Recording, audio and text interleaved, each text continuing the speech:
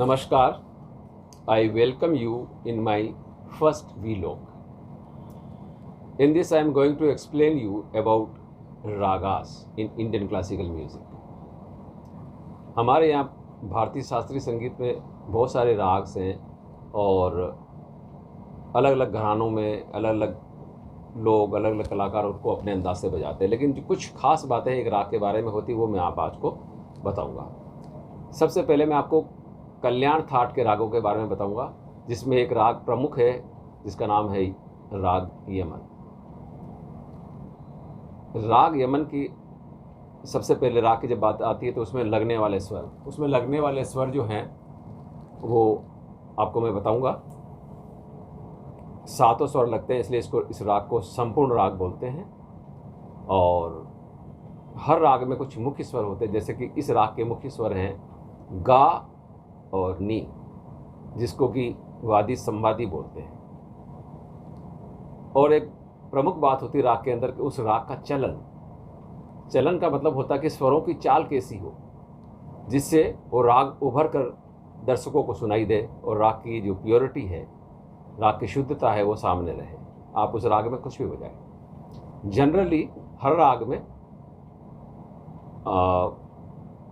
जो बजाने का या गाने का तरीका है वो है आलाप है, जोड़ है, उसके बाद में कंपोजिशंस हैं, उसके बाद में ताने हैं, ये सब कुछ करते हैं। लेकिन मैं आज आपको सितार के ऊपर इस राग को बजा के दिखाऊंगा और इसका आरोह अवरोह चलन बताऊंगा।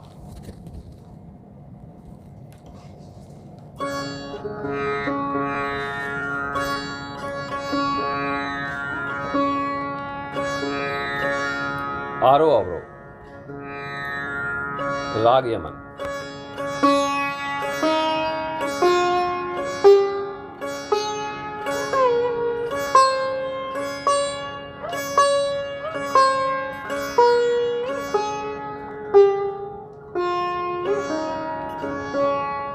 इस आरोह अवरोह में सारे स्वर जो हैं शुद्ध है, पर मां तीव्र लगता है। अब आरोह के अलावा अब इसका चलन, स्वरों की चाल कैसी हो।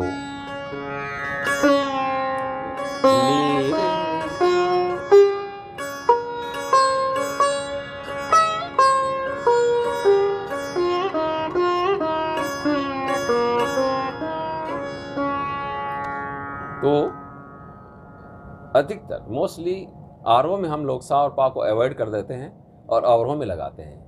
But sometimes we also avoid the sa and pa in avroh also, like this.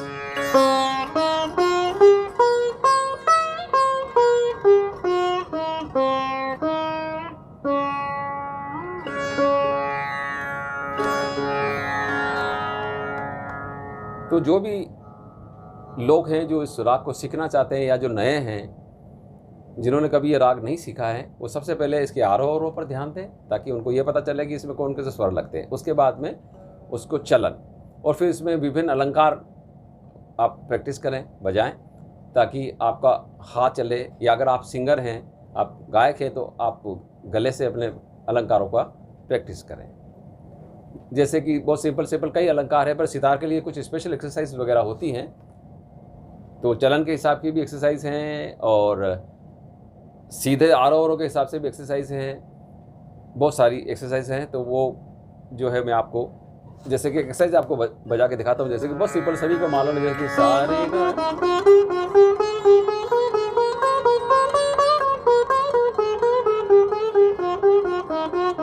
And so on, सारे गा मा रे गा मा पा। बट जब सितार में इसको बजाते हैं तो we have to emphasise on the दा एंड रा, which is the ball of the right hand. When we strike like this is called da, and we strike like this means ulta stroke को ra बोलते हैं. So we have to go like this, da ra da da ra da da ra da ra da da ra da. So many exercise.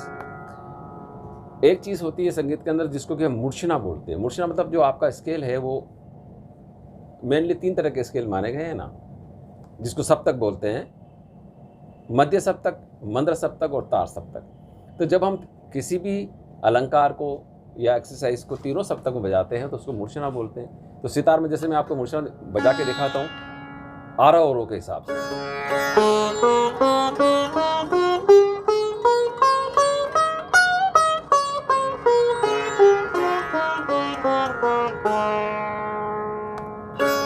दूसरे प्रकार से अगर मैं पा और सा को अवॉइड करूं,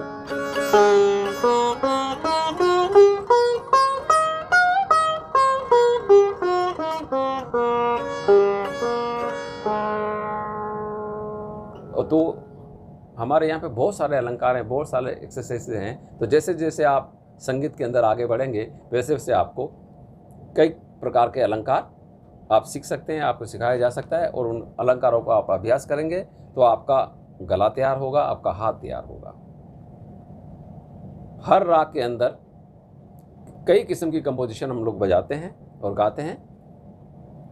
मुख्यतः 3 तरह की कंपोजिशन है।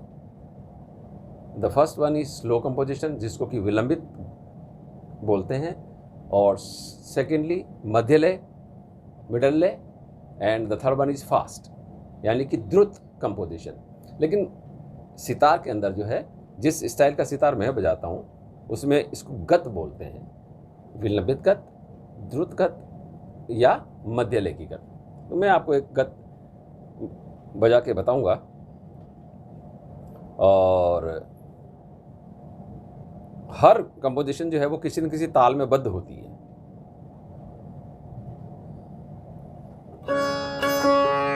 तो मैं आपको एक 3 ताल की एक बड़ी सिंपल सी कंपोजिशन आपको बजा के दिखाता हूं ताकि आपको आइडिया हो जाए।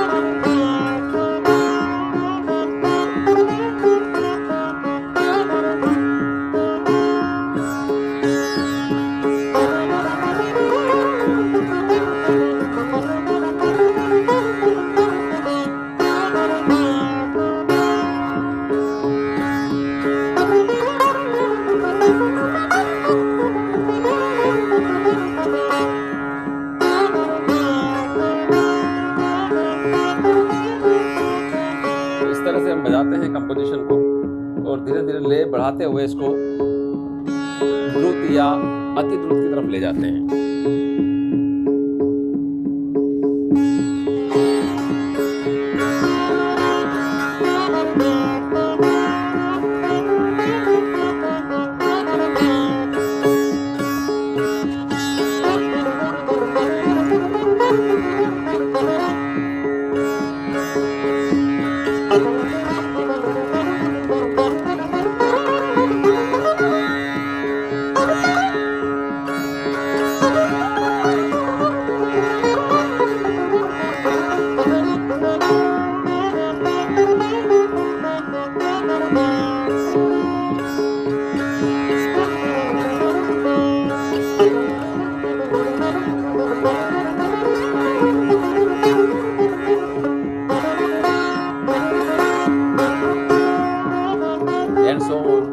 आप इस तरह ताने आलाप कुछ भी इसके अंदर आप बजा सकते हैं। और एंड में हम लोग जैसे सितार स्टाइल के अंदर जाला बजा के तिहाई लगा के इसको समाप्त करते हैं। तो बहुत सारी बातें हैं। तो आज आपको हमने थोड़ा सा यमन के बारे में बताया है, लेकिन राग के बारे में जितना जाने उतना कम है। यमन का मतलब ये नहीं कि शुरू में आपने सीख लिया तो ये कोई बहुत आसान है, ऐसा कुछ भी नहीं है। सब राग आसान है, सब राग मुश्किल है। नेक्स्ट क्लास में हम लोग राग यमन के बारे में एडवांस जो बातें हैं वो बात करेंगे, या कल्याण थाट के किसी और राग के बारे में मैं आपको बताऊंगा। Thank you very much.